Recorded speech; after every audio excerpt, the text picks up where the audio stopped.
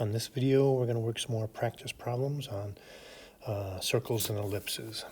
So the first one, find parametric equations for a circle with center -4, 3, and radius 5. So for x, we're going to set it equal to -4 is the x-coordinate of the center, and then the radius is 5 times cosine of t. And for y, we'll say it's equal to 3, the y-coordinate of the center, plus 5, the radius, times the sine of t.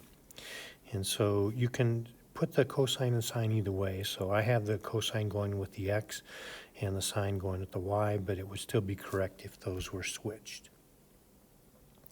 Let's go the other direction. So given that we have parametric equations x equals 2 plus 3 cosine t and y equals -1 plus 5 sine t, can we find the center? So in a similar fashion, the center is going to come from what we would get for x and y when the sines and cosines aren't in play. So our center is going to have x-coordinate 2 and y-coordinate -1. From that point, we would go in the x direction 3. So to answer part B, the vertices, I'm going to kind of imagine what's going on here. So if we started at 2, -1 as the center, then we can see that between the three, hold on there, let me bring my pen back up. So between our choice of 3 in the x direction and 5 in the y direction, the 5 is the bigger number, so the vertices are the ones that are the furthest away from the center. So if we go up 5, 1, 2, 3, 4, 5, that would make one vertex be 2, 4, and then going down 5 would be 1, 2, 3, 4, 5, would put the second vertex there at 2, and I think that's a -6. So those would be our vertices. Now the endpoints of the minor axis, we're going to go the smaller distance, the shortest radius from the center. So that means we're going to go 3 right and 3 left. So I'm just going to label those and play off of that. So 1, 2, 3 to the right would put one endpoint of the minor axis at, I think that's 5, and -1 is our y value. And the other one, we're going to go 3 to the left. So 1, 2, 3 is going to make that endpoint of the minor axis going to be -1, -1. Now the foci, we know we're going to have to use our relationship between the vertices and the minor axis, and the foci, that's a squared is b squared plus c squared. The a is that distance from the center to the focus, which is our 5. Okay, I'm back. I keep accidentally bumping this with my left hand, which is a challenge. So we're going to get 25 is the a squared, and the b is our 3, or we can see that distance to the minor axis. So b squared will be 9. So subtracting that and square rooting it, we're going to get that the foci are 4 from the center, and they will lie on the major axis because they're going to be inside of the ellipse. So from the center going up 4 is going to be 1, 2, 3, 4.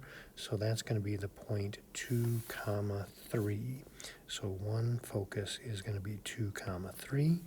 And the other one, we're going to go 1, 2, let's see, 1, 2, 3. So that is going to be, did I do that right? I don't think I did. Let me back up in the other one. 1, 2, 3. I think I did that. It should be 2, 2. And I said 2, 3. Let me change that. 2, 2.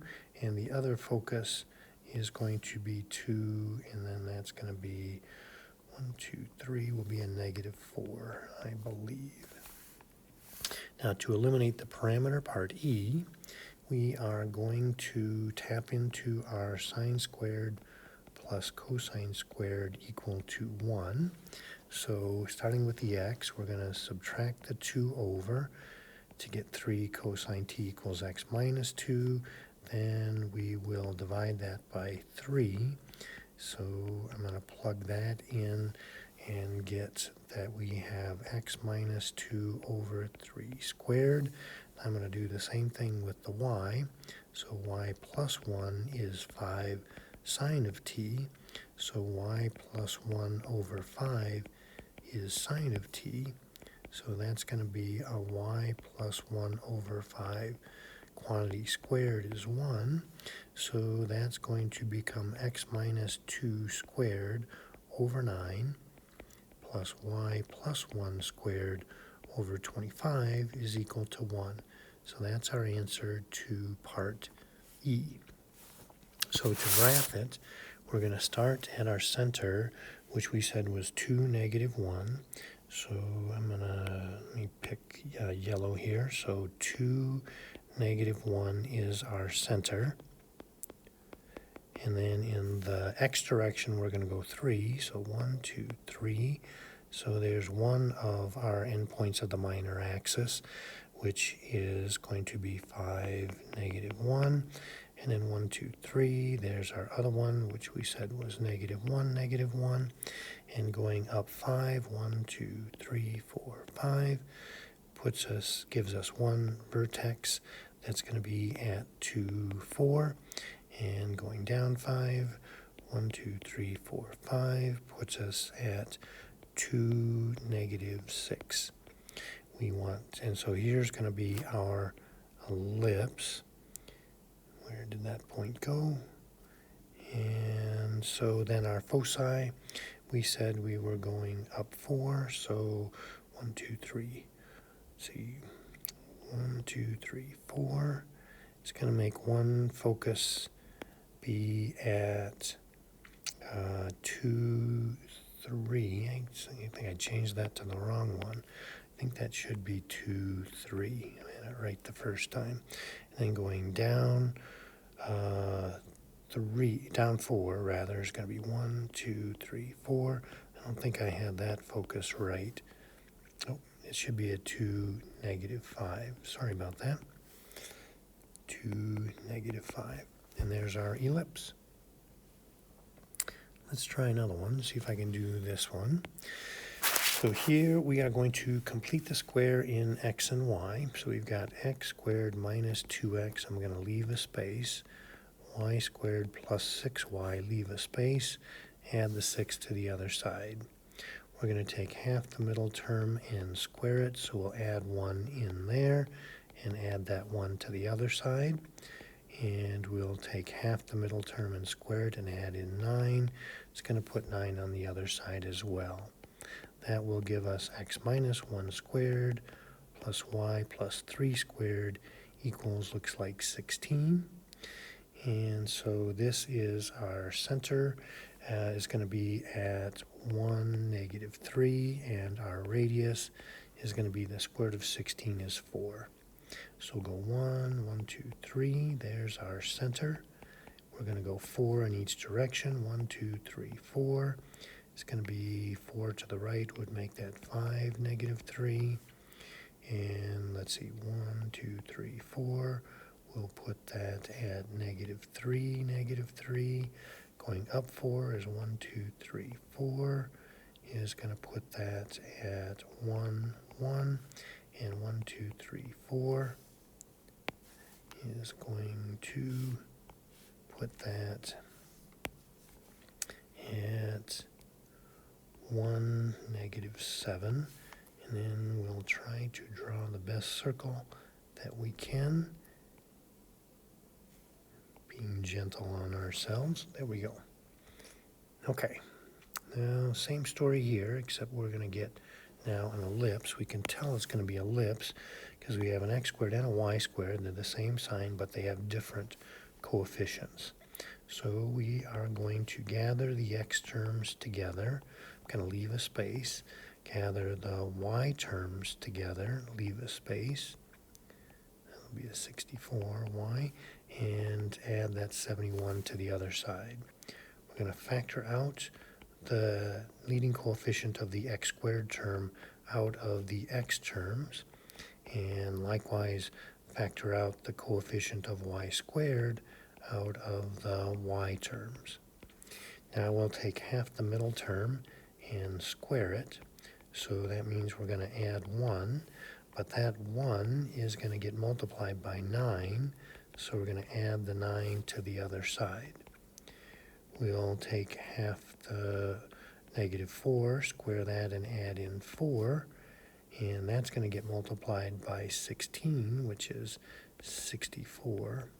So that's going to give us 9 times x plus 1 squared plus 16 times y minus 2 squared, and that's going to be 144 on the other side.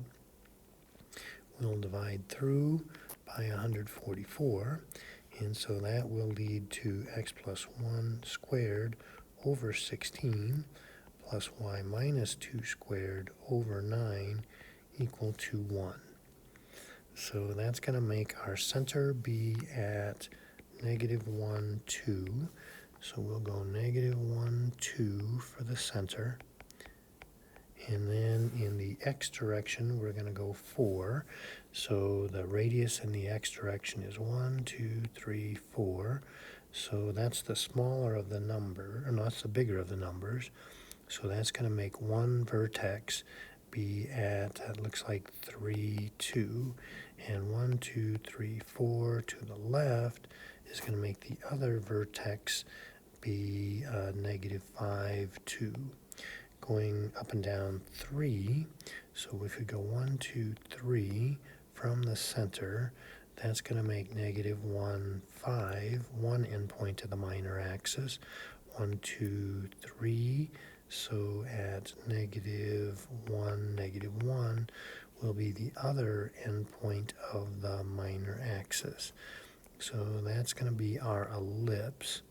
To find the foci, we need to use a squared is b squared plus c squared. A squared is the bigger one, that's 16. So that's going to be 9 plus c squared. So 7 is c squared. So c is the square root of 7. Square root of 7 we know is in between the square root of 4 and the square root of 9. So that makes square root of 7 in between 2 and 3. It's going to be on the major axis, which is going to be horizontal. So I'm going to go a little more than 2. So let's see, there's 1, 2, and a little bit. Is going to make this focus be negative 1 plus the square root of 7, comma 2. That's one focus. And then 1, 2, and a little bit is going to make this focus be negative 1 minus the square root of 7, comma 2. Very good. Let's do another one. So again, we're going to gather the x terms together and leave a space. We will gather the y terms together and leave a space and move the constant to the other side. We'll factor out the leading coefficient of both the x and the y terms. Oops, that's not 24 anymore. Now that's 6y. And so then we will take half the middle term and square it. So that's going to be a 4. But 4 times that 25 means we're going to have to add 100 to the other side. And half of 6 is 3, squared is 9. Times that 4 is another 36. And I think I intended this to be a plus. I'm going to change that right now, because otherwise it's going to be a really big mess. So this is going to be x minus 2 squared, and that's going to be y plus 3 squared, and that will be a nice 100. And so then when we divide by that 100, we're going to get x minus 2 squared over 4, y plus 3 squared over 25 equal to 1. So our center is going to be 2, negative 3. Our radius in the x direction is going to be 2, and our radius in the y direction is going to be 5. So let's see, 2, negative 3 is there. There's going to be our center. In the x direction, we're going to go 2. That's going to be then 4, negative 3 is the endpoint of one minor axis, and 0, negative 3 is another. Going up 5, 1, 2, 3, 4, 5 will put us at one vertex is 2, 2, and going down 1, 2, 3, 4, 5 is going to put us at 2, negative 8 for the other vertex. So we're going to get something like this as our ellipse. We're going to use a squared equals b squared plus c squared to find the foci. That's 25 is 4 plus c squared. So 21 is c squared. So the square root of 21 is c. That's going to go, and the square root of 21, I guess we know, is between 16 and 25. So that's going to make the square root of 21 between 4 and 5. It's going to go on the major axis, which is parallel to the y. So going a little more than 4 is going to be 1, 2, 3, 4, and a little bit. It's going to give us one focus that is 2, comma, negative 3 plus the square root of 21. And then going down will be 1, 2, 3, 4, and a little bit. It is going to make the other focus be 2, comma, negative 3 minus the square root of 21. All right? Okay, let's see if we can find some equations here of ellipses. So our first one, we have endpoints of the minor axis. I'm going to draw a sketch here. It is going to be negative 1, 2, and negative 1, 4 is going to be the other one. So those are the endpoints of the minor axis. So that's going to tell us 3 pieces of information. We know the center is going to be halfway in between, so that's going to be negative 1, 3. We know b, the distance from the center to the endpoint of the minor axis, is going to be 1. And we know that the major axis is going to be then horizontal. So we are going to have an x squared over a squared plus y squared over b squared ellipse. Now the major axis is 8 square root of 2, and that is 2a, so 4 square root of 2 is the a, and so a squared is going to be 16 times 2 is 32. So we are going to get x minus the x coordinate of the center, which we said was negative 1 squared, over the major axis, the a squared, which is 32, plus y minus the y coordinate of the center squared, over the b squared, which is just 1, and that's equal to 1. There's the equation of that ellipse. Let's try another. This time we have the foci are at 0, 3, and at 4, 3. So that's going to give us 3 pieces of information. The center is going to be halfway in between, so that's going to be at 2, 3. The value of c is the distance from the, maybe write that, this is kind of confusing, so I'm going to call it the center. The distance c from the center to the focus is 2, and the foci lie on the major axis, so we're going to have an x squared over a squared ellipse, because the long end, the major axis, is going to have to be horizontal. So we also know that the minor axis is length 4 square root of 5, and that's 2b, so that makes 2 square root of 5 the b, and the b squared will be 20. We know in an ellipse that a squared is b squared plus c squared. We are trying to find our a squared. That's going to be 20 plus, let's see, the c we said was 2, so that's going to be c squared is 4. So our a squared is 24. So our equation is going to be x minus the x-coordinate of the center squared over, we said a squared, which was 24, and then y minus the y-coordinate of the center squared over b squared, which we said was 20, equal to 1. So there is our equation of that ellipse. Let's try another. Now we've got vertices that are at 2, 7, 1, 2, 3, 4, 5, 6, 7. So there's one vertex, and 2, -1 is the other. So we're going to get 3 pieces of information here. Our center is going to be halfway in between there. So let's see, 7 to -1 is 8. So 4 up from the -1 is going to be 3. That's going to make our center 2, 3. It's also going to tell us what A is. The distance between the center and the vertex is going to be 4. And we know that the major axis is going to be parallel to the y, so that means it's going to be an x squared over b squared, and the y squared is going to be over a squared ellipse. So let's see. We know that a is 4. Now the eccentricity is always c over a. So that's telling us that 3 over 4 is c over, and the a we said was 4. Well, that's particularly easy. The c is going to be 3. And we got to find the b squared. So a squared is b squared plus c squared. Since the a is 4, a squared is 16. And the c is 3, so the c squared is 9. So b squared is going to be 7. And we don't have to really find b. The b squared is what we need.